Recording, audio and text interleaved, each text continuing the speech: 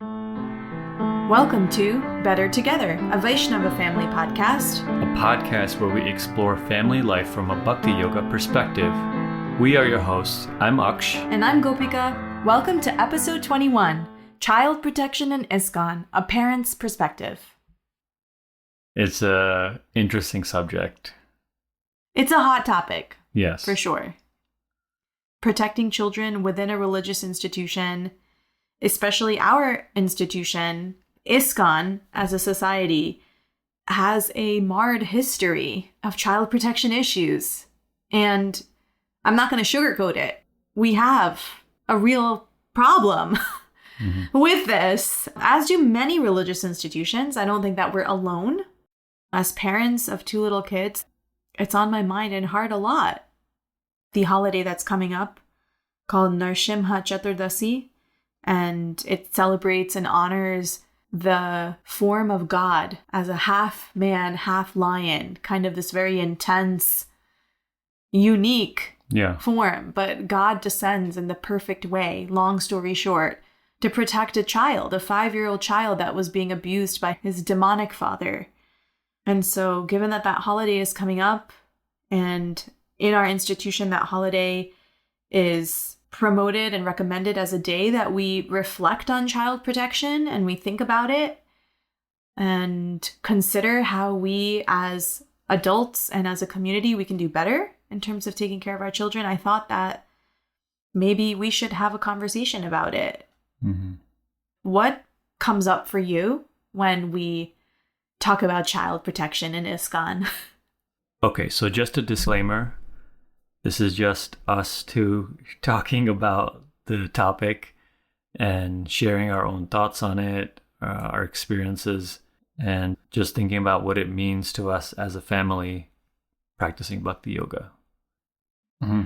I chuckled initially because there is a little bit of, I suppose, tension around the topic. Mm-hmm.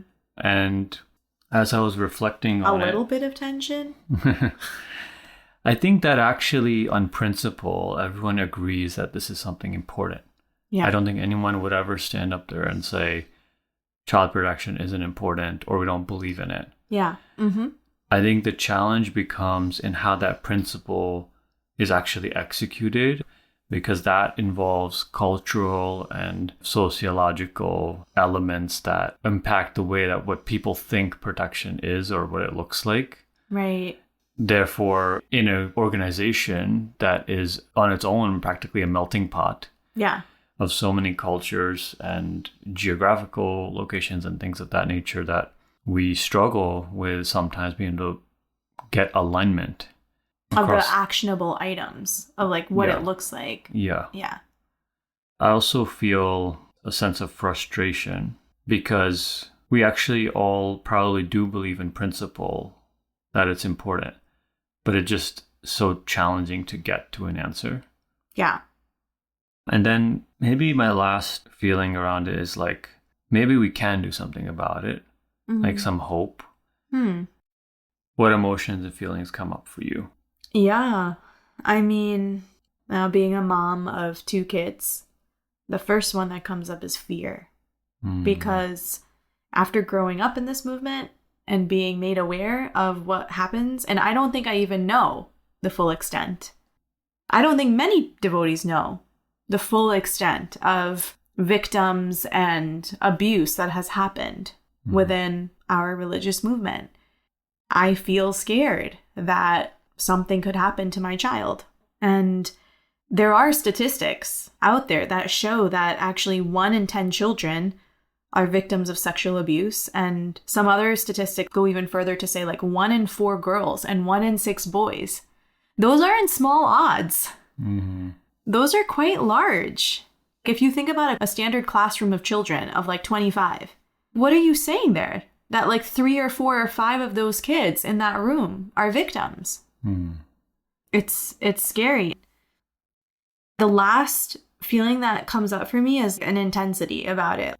When it comes to learning how to raise my children so that they are the best equipped they can be for body safety and prevention of abuse, I will be uncompromising at the expense of others' feelings I will be uncompromising at setting boundaries, at teaching consent, at doing all these things.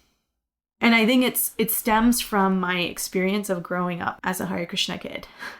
When I was 11 years old, my parents were really inspired by youth retreats happening in Europe. And I was sent on one retreat where the prominent speaker on that retreat just a couple of years ago was allocated with some really terrible child abuse and sexual abuse of boys and girls. And I wasn't a victim, but I felt sick to my stomach when those allegations came out, because I was an 11-year-old who liked this person, admired him, looked up to him, listened to everything he wanted to say, took his words seriously. And to tell you how seriously, like, I took his words, he told all the girls at that retreat that we should be covering our heads. And then I came back from that retreat and I covered my head everywhere I went. That's how seriously I was, like, influenced by this person. And so when I think about myself as a child, and just like how easy it is to be confused in this movement about who's safe and like who should be looked up to, it's like really intense. And I was lucky. I was really lucky because I was there as an 11-year-old without my parents, and we were just there. I mean, I think that one of the reasons I'm so intense about our own boundaries around like physical affection and all of that is because it's a truly in-your-face moment. It can happen to anyone, especially in a spiritual institution where there's covers of awe and reverence. So I think there's often this debate about the responsibility and role individually as a parent versus the responsibility of an institution when it comes to child protection. What's your opinion on who is ultimately responsible? Yeah. So I think I have an answer that makes sense for me, but I would love for you to push on it. So I think the institution is responsible for keeping the physical spaces safe. Okay. So what I mean is that areas that the institution is responsible for should have physical safety. Anytime a person is considered an unsafe person, that's enforced, and that person is not allowed to be in the space. Okay. And I know asterisk, there's probably a bunch of like thoughts around that and comments people might have. If someone's staying in that space, like devotees that stay in a temple, that there's rigorous background checks, or visitors, things like that. And also that the institution and people heading up local chapters of the institution, let's say, have a culture of having guides and mentors in their life. So there's accountability at an individual level. That's encouraged. These are things that I think the institution can do. Tell me more about this like guides and accountability thing. Where are you getting at that? Well, the biggest problem historically with our organization, let's say, and really at any place that this has ever happened, is always there's a lack of accountability for people that are in these positions. Yeah. So there actually needs to be a culture that when I'm taking on any significant role of service, that I have to have some accountability in my life, someone that I answer to, honestly.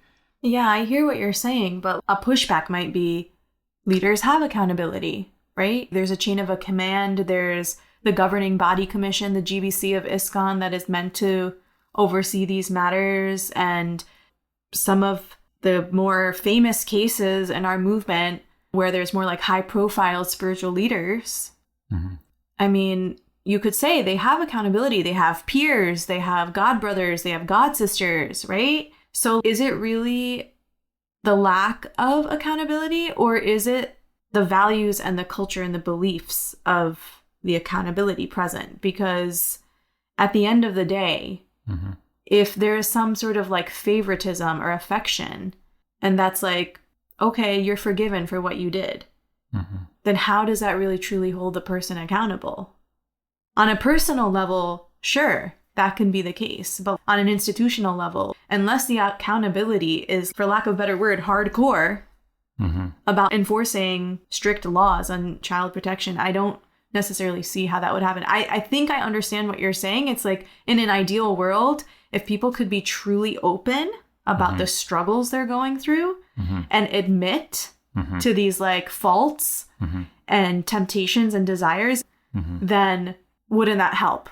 I'm feeling like that's like such a lollipop in the sky, you know? Yeah, I like lollipops, I guess, in the sky. But yeah, that's a good point. And it is the values, and you can say overall encouragement / enforcement of those values, which is tricky to do in a global society.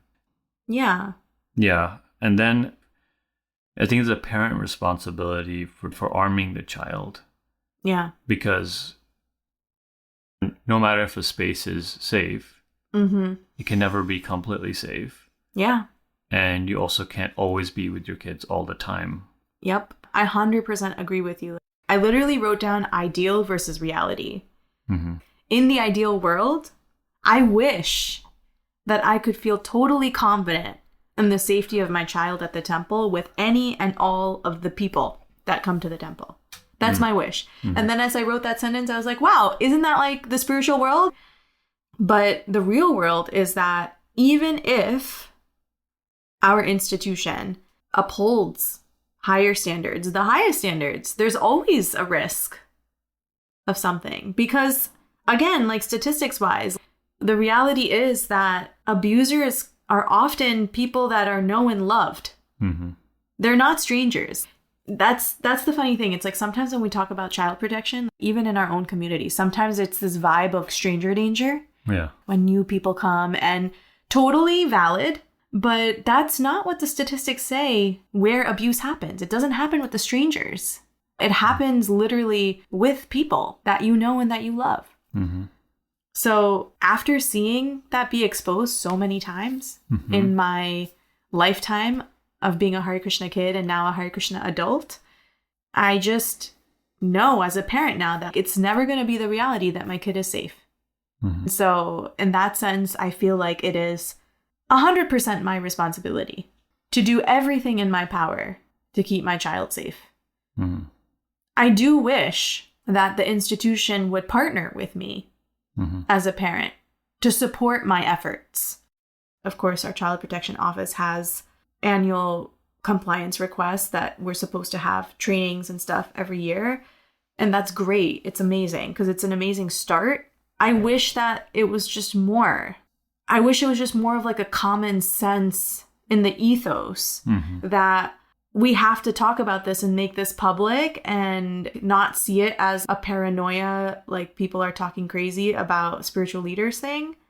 Rather, the more that we acknowledge it, the more that we talk about it, the more it actually discourages future transgressions. I was listening to a podcast on this. So much of my research comes from amazing clinical psychologists and research in the field.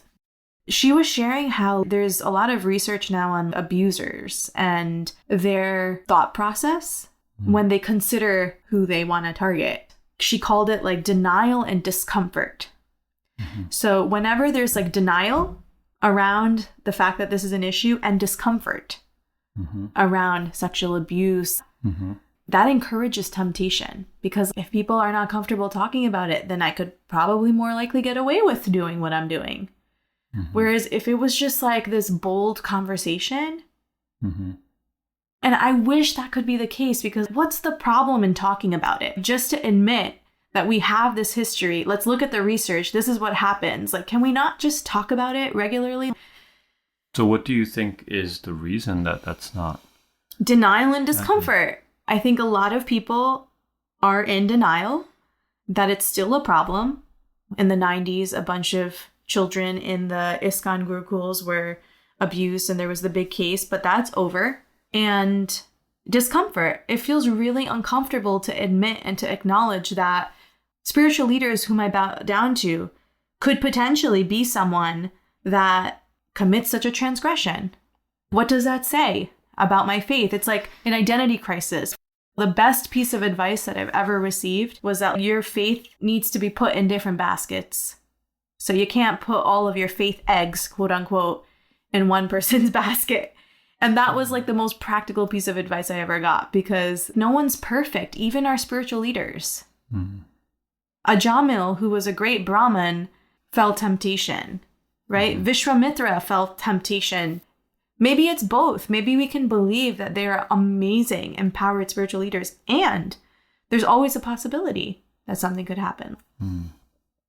I just thought of this analogy that as a parent, you can arm your child and do your part. You can arm them with what they need, but you can't put them in a pond full of crocodiles. Yeah. Are you saying ISKCON is a pond full of crocodiles? No. Now you're going to get us in a whole hot tub of trouble. I'm not, but I'm just saying that it can't be so difficult. Exactly. Yeah. As a parent to navigate it, right? I think you're naming my wish. Like, I wish it didn't have to be as difficult when I'm thinking about bringing my kid to the temple. Yeah. You were talking about value differences and how we are a global society with so many different cultures. From your understanding, how does our Bhakti tradition, which is followed universally in ISKCON, prioritize child protection? The first thing that comes to mind is that we have a practice in Bhakti that is about forming a relationship with God in the form of the Murti, the deity. Our founding teacher, Srila Prabhupada, said to another parent who was struggling with doing some of her services, that basically to treat her children as like her deities. And what I'm getting at is, if our children are meant to be revered and respected and loved in that way. Yeah, at the level of a deity. What does that mean? Would we ever allow a deity to be abused? Yeah. Like, never. Yeah. Do you feel like there would be a greater consequence for a spiritual leader who threw a deity on the floor and it like broke, versus what has happened in terms of an allegation of child abuse? Yeah, I think so. I think it's an interesting question. It's a good thought experiment there. But doesn't that make your heart feel so heavy? Yeah. You know? Yeah. Yeah. I remember this one quote we heard when we were in college. The number one responsibility of a preacher is to protect the person's faith. So whoever it is that you're sharing bhakti with, your number one responsibility is to protect their faith. This quote has so many implications, but I can't help but think about its application with regards to children. If we are raising children in this bhakti movement, we are in essence sharing bhakti with them. So isn't our number one responsibility to protect their faith? And there is absolutely nothing in the world that would damage one's faith more than being victim of abuse. Absolutely. This is based off of a quote from one leader, but if you want to go like Shastric level, like there are multiple places in our scriptures that condemn offending devotees. The number one offense you can make to ruin your spiritual life, to ruin your relationship with God, to ruin any progress you have made in terms of connecting to the divinity within yourself into others, is by offending someone else. I cannot think of a worse way to offend someone than abuse. Yeah, absolutely. So given the challenge of religious institutions and the reality of protecting children, what can we do, and what are we prioritizing as parents in making sure our kids stay safe? There's so much research out there on teaching body safety to children and ways that you can actually do this to lower the risk of your child being a victim of abuse, rather than like leave it up to chance, you know? So one is just this idea of modeling consent. I'm not always perfect at this, but even if I am wanting a hug from my children, asking for it, and saying, would you like a hug? Can I give you a hug? And accepting if they say no. Yeah. not making them feel like they owe me anything just because I'm their mom. Mm-hmm. That they have a right to their body and to whatever feelings they have in their body. Yeah. And also trying to hold boundaries. Sometimes our kids like to bother each other or hug each other. And one kid might not want the gentle hands or the hug or whatever is being offered at the time. And so to try to intervene and say, oh, no, looks like she doesn't want that right now. Or looks like he doesn't want a hug right now. So that's okay. Mm-hmm. And not make it a big thing or personal. Just like, we got to respect what people's bodies want and what your body says, right? Mm-hmm. Doing that within our own home and also modeling that even with others, right? Not allowing just unsolicited touching of children. I mean, I feel like, I know this is like a cultural thing and it comes from a good place, right? But this idea of just adults being allowed to extend physical affection to children. When I was younger, people would constantly pinch my cheeks. I hated it. Of course, we come from a culture where you respect your elders and stuff, so nothing was ever said. But thinking about it, in that moment, I wasn't really being taught to listen to like a feeling in my body. And when you look at the research and the writings around this issue, ultimately the goal is to help our children listen to their body so they can understand if they are in a safe situation and an unsafe situation. Yeah.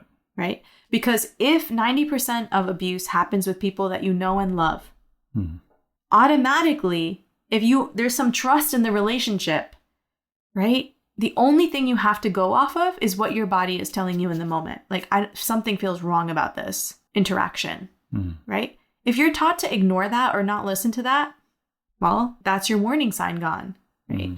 So to really try to honor our kids' requests in that manner, to support them, to advocate for them, to speak up if they've expressed that they don't want that type of touch, to not be afraid to vocalize it. And I know like people do get upset sometimes when you ask them not to touch your kid or you try to advocate it. It's extremely uncomfortable. But again, like this is one thing that I'm like intense about. I would not be able to live with myself if for the sake of somebody else's opinion, I didn't follow the recommendation for teaching body safety to my child, given the climate that we live in. Yeah. So there's that, using biologically appropriate names for body parts at home, just like treating them like any other part of our body, and partially to practice overcoming our own discomfort of it. Because again, research shows that children who use biological terms, it tells the abuser that children can share what happened very easily because they're aware of their body parts, right? This idea of like not idealizing anyone, especially in a spiritual movement where like we do idealize people, we bow to our gurus, right? Really taking opportunities to discuss what it means to be with a safe person and what it means to interact with like a tricky person. A safe person would never ask you to keep a secret. A safe person would never ask you to touch them anywhere or to be touched or show you pictures of things that you don't want to be shown pictures of or tell you to keep anything for mama and papa, versus a tricky person. And there's so many layers to that conversation. So it cannot happen all in one shot. So it happens in dribs and drabs. And just the other night during bedtime, I kind of felt like we were in a calm, regulated space. I just asked, Gishur, do you know what it means to be around a safe person versus a tricky person? And he was like, no, mama. And so we started talking about it. And maybe I spent like 1 minute on it and then I was done. And we'll circle back and we'll continue to circle back and we'll continue to circle back. Yeah. Like it's like a drip, drip, drip type of situation. Yeah, I like that because it's not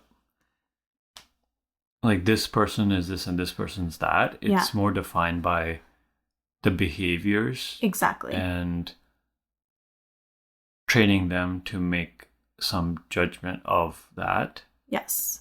And trust their instinct in that. So therefore it's dynamic. Like I think just to clarify what I'm hearing is it's not like labeling people per se as tricky. No, like this person is good and this person is bad and stay away from this person and don't. No, it's not about that. It's actually helping them to understand how it feels to be around a safe person, how it feels to be around a tricky person, the kinds of things they might say and ask of you.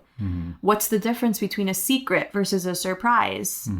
You know? And so like taking opportunities in life to slowly unpack this. And I hope this conversation will build into the teenage years where we can then have very open and honest conversations about our religious institution and its history to arm my kids so that when they're young adults, maybe I will feel confident letting them travel solo. Because like, that's my other thing is like, I will not let them travel solo until I feel confident in their adulthood and their cognitive understanding and maturity around body safety and our religious history and how to keep themselves safe and how to identify if they're in a tricky situation and protect themselves and speak up and all of those things. So those were the things that came to mind. There's so much more to this. I'm not a licensed clinical psychologist. There's people that are way more qualified than me to be speaking about this. But as a parent and based on my research and understanding, these are some of the main things that stuck out to me and that I'm committed to implementing in our home. Yeah. So what's your one big takeaway from our conversation? When I think about child protection, just even the word itself and the way that most people approach it, it feels like a risk mitigation strategy. Here's something that's going to be a problem, so we're going to do these different things to like prevent it to be a problem. Yeah.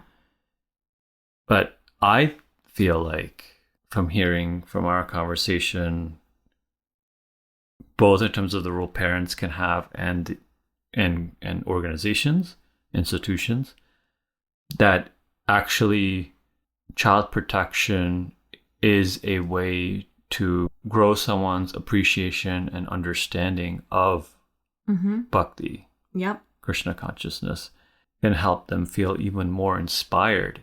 In fact, it would then reinforce the values and personal character that our sacred texts actually encourage us to stand for.